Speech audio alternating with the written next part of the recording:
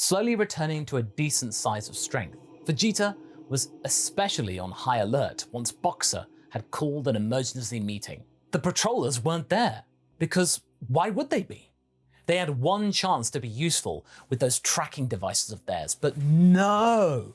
One of them had to lose an arm, and the other was a useless bumbling idiot.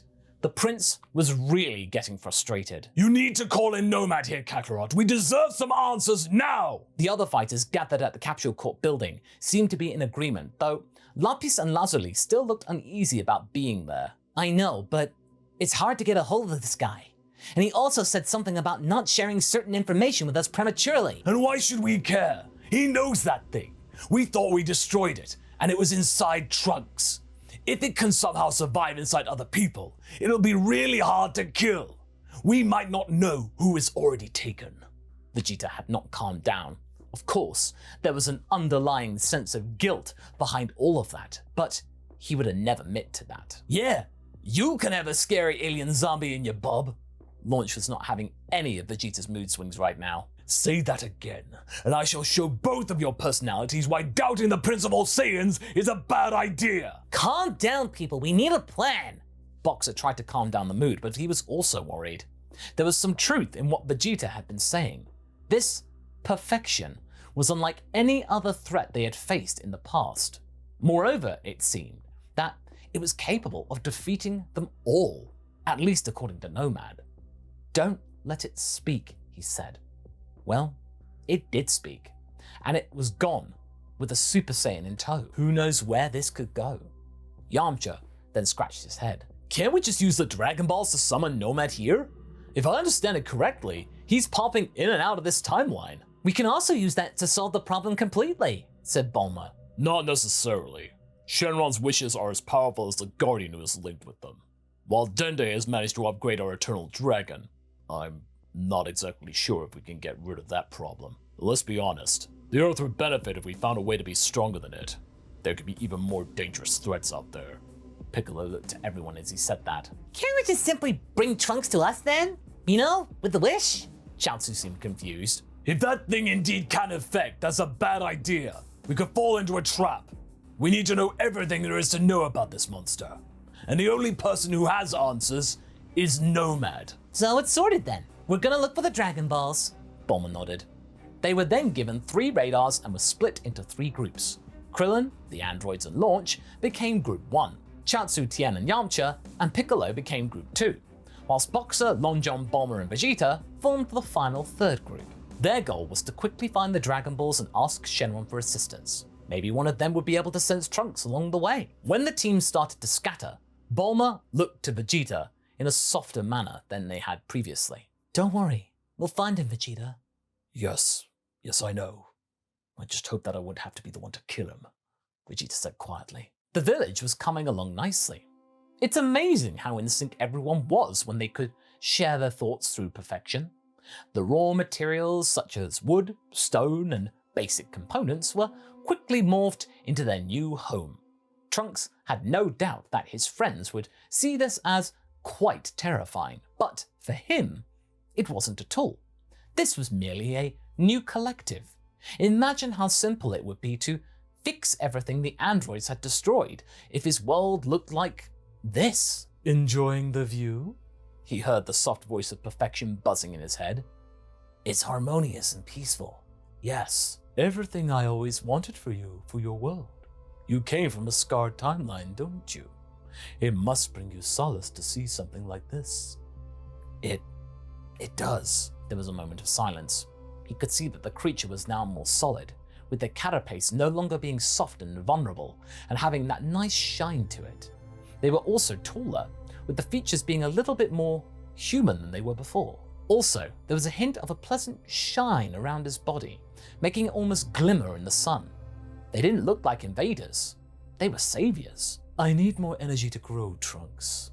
As much as I love what our collective has managed to do here, I am still at risk until I reach maturity.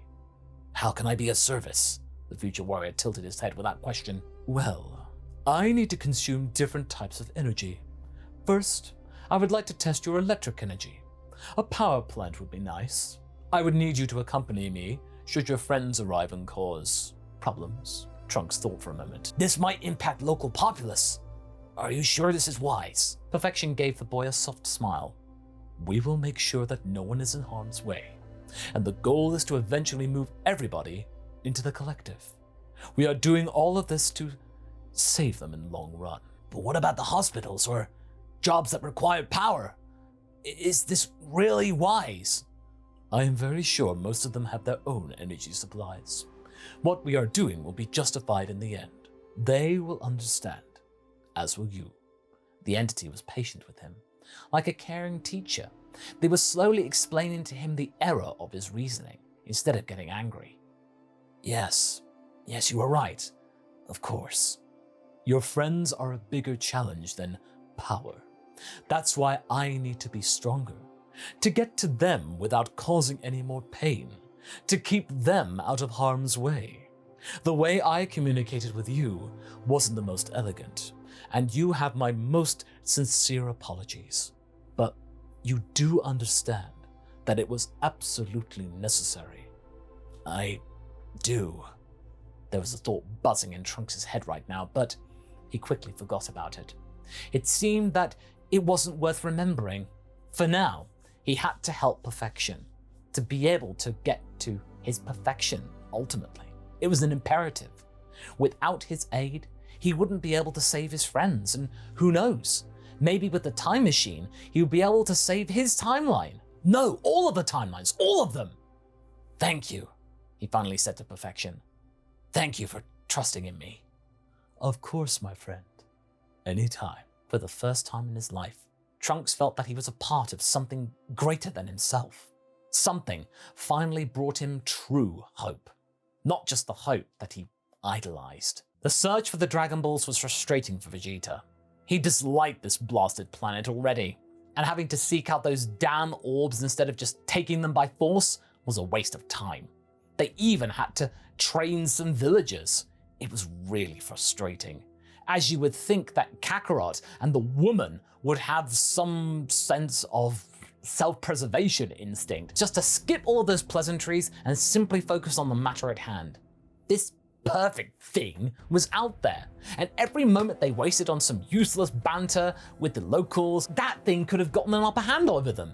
What was even more annoying was the need to communicate with the other groups, and God forbid with that bumbling fool that joined the Galactic Patrol. Boxer buddy, you got a minute? Said Mark over the comms. We're in the process of getting the Dragon Balls, but sure. Did you learn anything? Nothing in particular. We tried to contact all our allies in space, ensure a safe exit for our families should things go, hairy.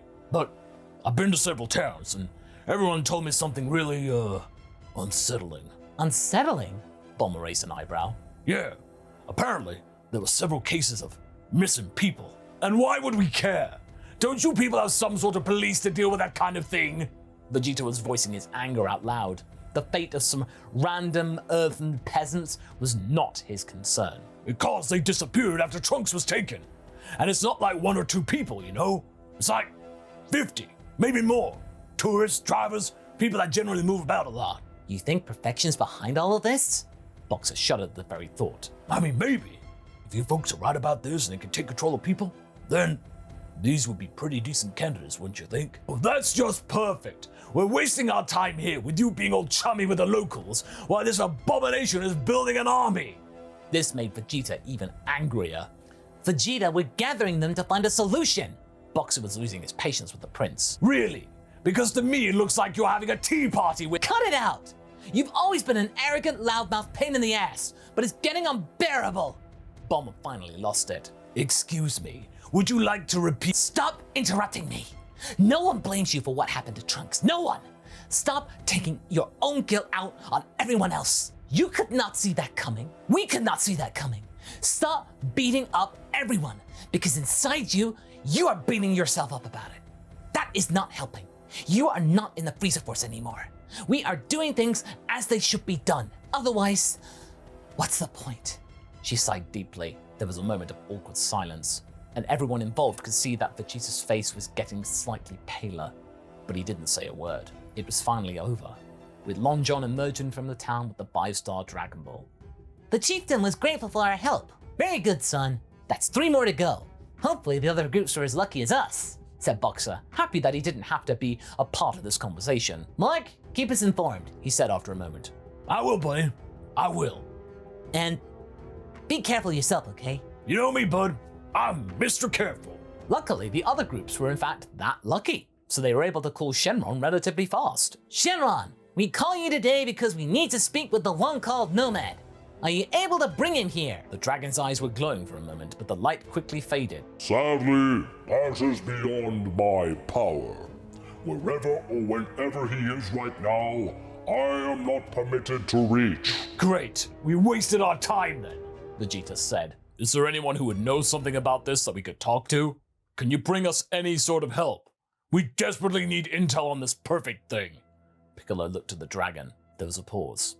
Yes, there is one man, one of its surviving creators. Really? Then bring him in. Boxer nodded, kind of expecting to see who he was going to see. Your wish has been granted. The glow returned. This time there was a beam of light, which brought a weathered and terrified man, looking like a shadow of his former self. A tall, red-haired figure in a now damaged Red Ribbon Army uniform. Commander Gold! Where?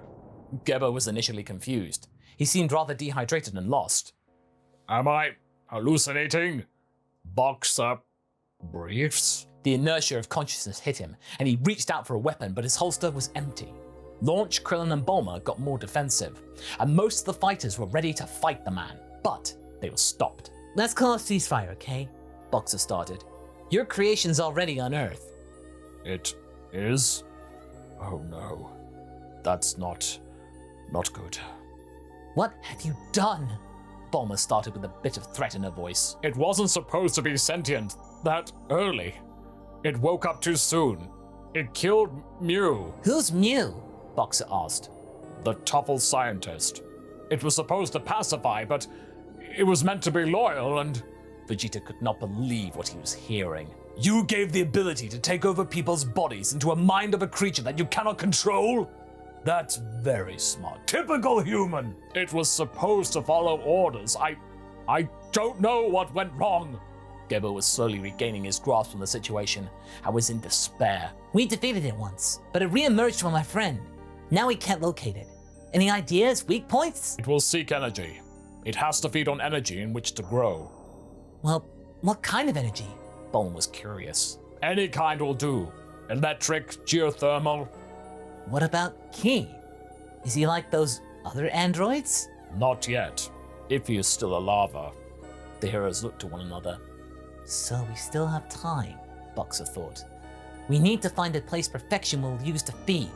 Bulma, take Commander Gold to Capsule Corp. We volunteer to be your escort, my brother and I, Lazuli said, giving a long stare at her former leader. Can we trust them with this? Piccolo crossed his arms. Hey, I trust them. Launch patted the twins on the shoulders. All right, I trust them too. Boxer nodded. Let's find the largest power plant in the vicinity. Mr. Pampa, the chief engineer of the East City power plant, had a particularly nice day. First, a very nice young man with a sword went in to talk with him and invited him over to talk with his friend. Initially, he was reluctant and was questioning the nature of the boy's weapon, or, of course, the forceful method of him being literally dragged out of the window. That didn't happen usually, but all those negative feelings that he had simply melted away once he met said friend. It was the most amazing being he had ever met. Was this an alien? No, an angel. Angels had been sent to save them all. They were very persuasive, and Mr. Pampa felt really good about himself. After all, if what they said was true, and with every fiber of his being he knew that it would be true, what he was going to do was right and noble. He was also humbled that this savior, this perfection, decided to grant his power plant a visit. After all, it was only the second largest in the world, still quite big. The entity just laughed softly, saying that it would be just too predictable.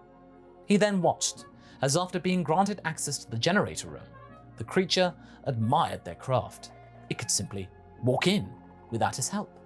But they were still nice enough to ask. He wasn't even bothered by the alarms and the entire plant going into overdrive. His savior had to eat and grow.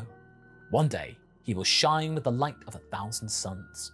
Only then will the entire Earth be saved for good. And that's where we're going to be leaving things for right now.